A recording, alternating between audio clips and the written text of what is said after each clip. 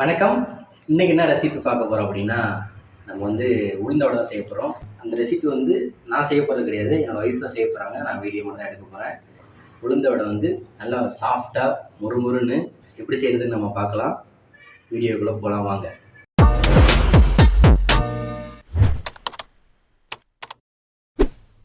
கால் KG உளுந்தம்பருப்பு ஒரு மணி நேரத்துக்கு முன்னாடியே ஊற வச்சிட்டோம். ஒரு 4 சின்ன வெங்காயம், 2 பச்சை மிளகா, மிளகு தட்டி வச்சுருக்கோம். இதை வந்து இப்போ அரைச்சி எடுத்துக்கலாம்.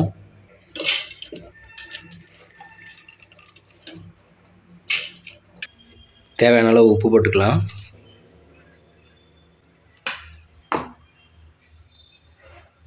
இப்போ அந்த மிளகை போட்டு எல்லாத்தையும் ஒன்றா போட்டுருல, எல்லாத்தையும் ஒன்றா போட்டு மிக்ஸ் பண்ணிக்கலாம். இப்போ நல்லா மிக்ஸ் பண்ணியாச்சு. இப்போ வாங்க எண்ணெயில் போட்டு எடுத்துடலாம். அடுப்பு பற்ற வச்சுக்கிட்டாங்க, கடாயை வச்சுக்கிட்டாங்க.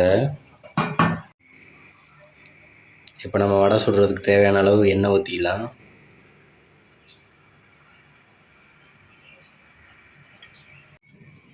இப்போ எண்ணெய் நல்லா காஞ்சிருச்சு.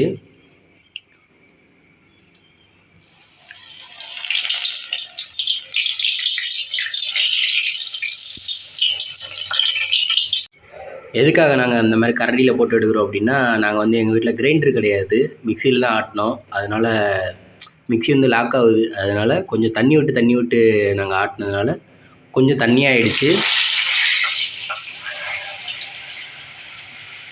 அதனால் இந்த மாதிரி கரண்டியில் வச்சு நம்ம ரவுண்டு பண்ணி அந்த நடுவில் ஓட்டை போட்டு நம்ம எண்ணெயில் போட்டோம்னா சீக்கிரமாக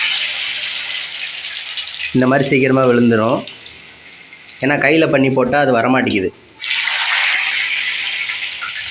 இந்த மாதிரி டக்கு டக்குன்னு போட்டு எடுத்துடலாம். கொஞ்சம் தண்ணி ஆயிடுச்சுன்னா நீங்களும் அதையே ட்ரை பண்ணுங்கள்.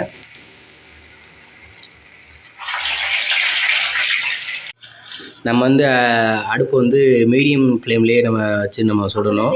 அப்போ தான் நல்லா வேகும். நம்ம ஹை ஃப்ளேமில் வச்சிட்டோம் அப்படின்னா மேலாக மட்டும் தீஞ்சு போயிடும்.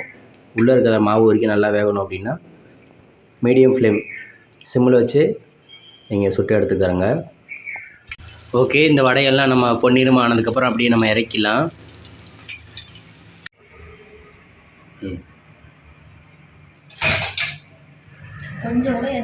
கொஞ்சம் கூட எண்ணெய் இல்லாமல் நல்லா சாஃப்டாக சூப்பராக வடை ரெடி ஆகிடுச்சு. நம்ம இன்னும் போட்டு எடுத்துக்கலாம்.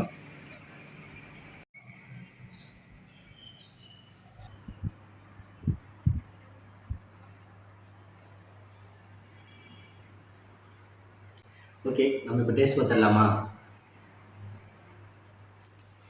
நல்லா மொறுன்னு நல்லா சாஃப்டாக சூப்பராக இருக்குது. நம்ம இப்போ டேஸ்ட் பார்த்துடலாம்.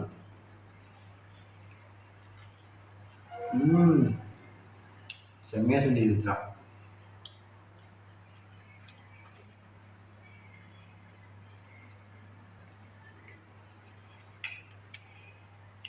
அட்டகாசம். சட்னிக்கு சாம்பார் இருக்கும்.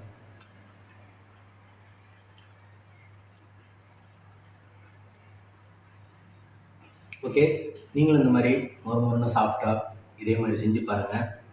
சூப்பராக இருக்குது. செஞ்சு பார்த்துட்டு கமெண்ட் பண்ணுங்கள்.